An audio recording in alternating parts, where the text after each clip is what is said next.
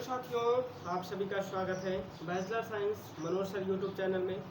साथियों, आपका दोस्त मैं मनोज यादव आ गया हूँ एक नए टॉपिक के साथ। आज हम लोग साथियों पढ़ने वाले हैं बीएससी फर्स्ट ईयर का केमिकल काइनेटिक्स या काइनेटिक्स, ठीक है। तो इसमें हमारा जो पहला रिएक्शन है या पहली जो हमारी थ्योरी है उसके बारे में। साथियों, आप चाहे स्टेट यूनिवर्सिटी के हों, इलाहाबाद यूनिवर्सिटी के हों या अदर कहीं के हों, तो आपको ये टॉपिक पढ़ना मोस्ट इम्पॉर्टेंट है। तो आप इस टॉपिक को बिना पूरा पढ़े नहीं आगे बढ़ सकते हैं। तो साथियों, आज हम इस टॉपिक की बात करेंगे। यह टॉपिक है रेट ऑफ रिएक्शन। क्या है साथियों, पहला ही टॉपिक है, आपको पढ़ना है rate of reaction chemical kinetics में।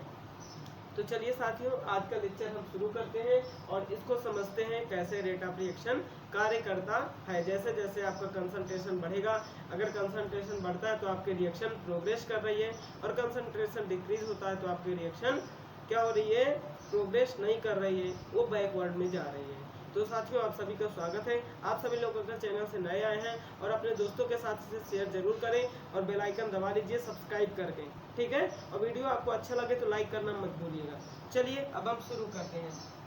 साथियों, आज हम यहाँ पे बात करने वाले हैं रेट ऑफ रिएक्शन क्या होता है। तो यहाँ पे देखना है आपको, रेट ऑफ रिएक्शन जो होता है वो हमें क्या होता है, कंसंट्रेशन अगर हम उसमें क्या करते हैं, इंक्रीज करते हैं तो उसका जो चेंज हमें प्राप्त होता है, ठीक है। देखिए ध्यान से, the rate of reaction is defined as the change of concentration per mole, ठीक है। कंसंट्रेशन कहाँ पे चेंज होता है, पर मोल पर ऑफ एनी रिएक्शन और रिएक्टेंट एंड प्रोडक्ट पर मोल यूनिट। अगर कहें तो कि अगर कंसंट्रेशन किसी रिएक्टेंट या प्रोडक्ट का चेंज होता है तो उसे क्या कहते हैं, रेट ऑफ रिएक्शन कहते हैं। क्या कहते हैं, रेट ऑफ रिएक्शन कहते हैं। चलिए देखते हैं साथियों, ये आपका कहाँ पे चेंज हो रहा है, ध्यान से देखिए, रिएक्टेंट एंड प्रोडक्ट पर। कहाँ पे, रिएक्टेंट एंड प्रोडक्ट पर चेंज अगर होता है कंसंट्रेशन तो उसी को क्या कहते हैं, रेट ऑफ रिएक्शन कहते हैं। तो ये है आपका रिएक्टेंट A प्लस बी और ये है प्रोडक्ट आपका C प्लस डी। जब इसके हम कंसंट्रेशन A और कंसंट्रेशन B, यहाँ पे इसका रिएक्टेंट का है और प्रोडक्ट का कंसंट्रेशन C और D है, ठीक। आइए, ये आपकी हो गई पहली रिएक्शन। अब हम आगे इसकी बात करते हैं। The rate of reaction is equal to rate of disappearance of per mole equal to appearance of per moles. मतलब हमें जो भी मोल्स दिखते हैं उसके अपीयरेंस में जो रेट ऑफ रिएक्शन होती है, ठीक है, वो क्या होती है, इक्वल होती है। रेट ऑफ रिएक्शन क्या होती है साथियों, इक्वल होती है किसके, पर मोल की, ठीक। पर मोल की क्या होती है, इक्वल होती है। आइए अब रेट इसका हम क्या करते हैं, इसका डिफरेंशिएट करते हैं। तो कैसे होगा, माइनस, आप रिएक्टेंट है तो रिएक्टेंट को आप लिख सकते हैं माइनस, ऐसे लिखिए पहले, माइनस 1/d, ये sorry 1 concentration of A, 1/A। फिर इसको आप ऐसे करिए, minus 1/A d in bracket, ये बड़ा ब्रैकेट है, बड़ा ब्रैकेट को हम क्या कहते हैं, इसको हम किससे रिप्रेजेंट करते हैं, वो सब बातें अभी हम समझने वाले हैं। तो D concentration of A upon dt, dt मतलब एक समय के लिए, ठीक है, एक समय के लिए, पर यूनिट पर टाइम है, ठीक है, यूनिट टाइम के लिए, ठीक। तो ये याद रखिए, minus 1/A dt is equal to minus, अब B का कंसंट्रेशन लेते हैं 1/B, माइनस 1/B, फिर इसका कंसंट्रेशन हो जाएगा D इन ब्रैकेट B/dt हो जाएगा।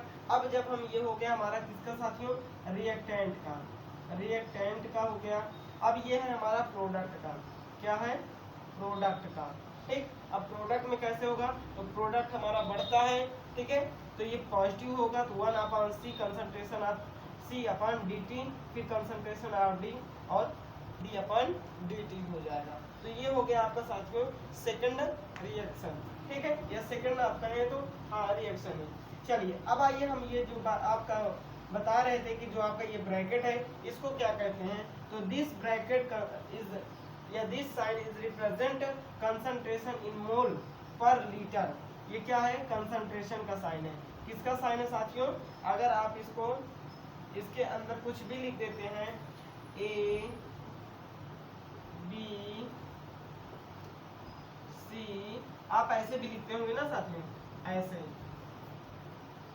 ये यहाँ पे आप देखिए, ये ठीक। तो ये आपका सब क्या है, ये कंसंट्रेशन को बताता है। क्या बताता है, रिएक्शन की कंसंट्रेशन को रिप्रेजेंट करता है। और आपका डी क्या है, रिप्रेजेंट इनफाइनाइट सिमिलर चेंज। जो डी है आपका वो क्या है, ये सिमिलर चेंज बताता है, ठीक है।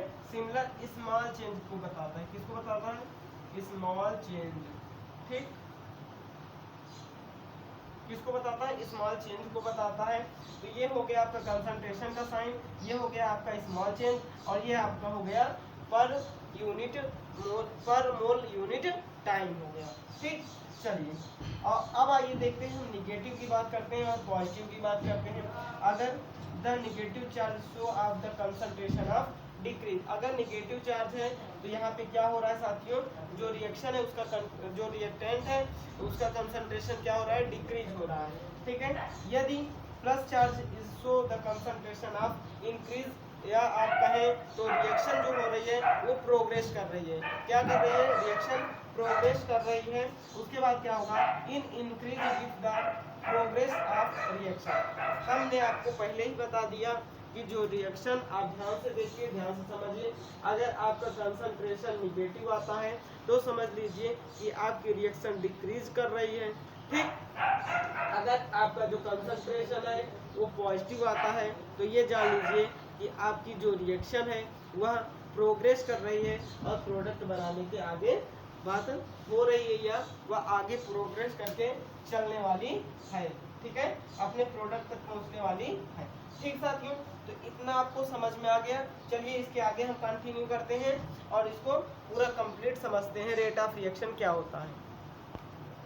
चलिए साथियों अब आगे समझते हैं इसके क्या होता है, जो रिएक्शन का कंसंट्रेशन के अकॉर्डिंग। यहाँ पे आप देख सकते हैं minus D concentration of A upon D T minus D concentration B upon D T are the rate of disappearance of A and B respectively क्या हो रहा है, इंक्रीज हो रहा है, ठीक है, डिसअपीयरेंस में।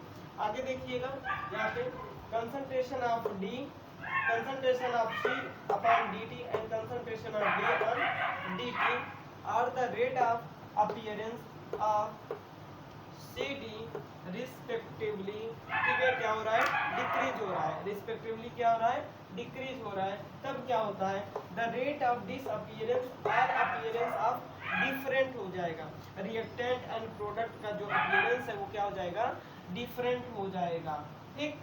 Only be some are different depend upon the stoichiometry but the volume per mole of any reactant क्या होगा, and product will be always same, क्या हो जाएगा, वो जो उसका stoichiometry है और वॉल्यूम पर मोल है वो क्या रहेगा, बचा रहेगा, चाहे वो रिएक्टेंट हो या फिर प्रोडक्ट हो, ठीक। और as a represent the rate of reaction, और इस तरीके से जो हमारी रिएक्शन होती है वो रिप्रेजेंट करती है कि हमारी जो रिएक्शन है वो किस रेट ऑफ रिएक्शन पे चल रही है, जिससे उसका कंसंट्रेशन बढ़ेगा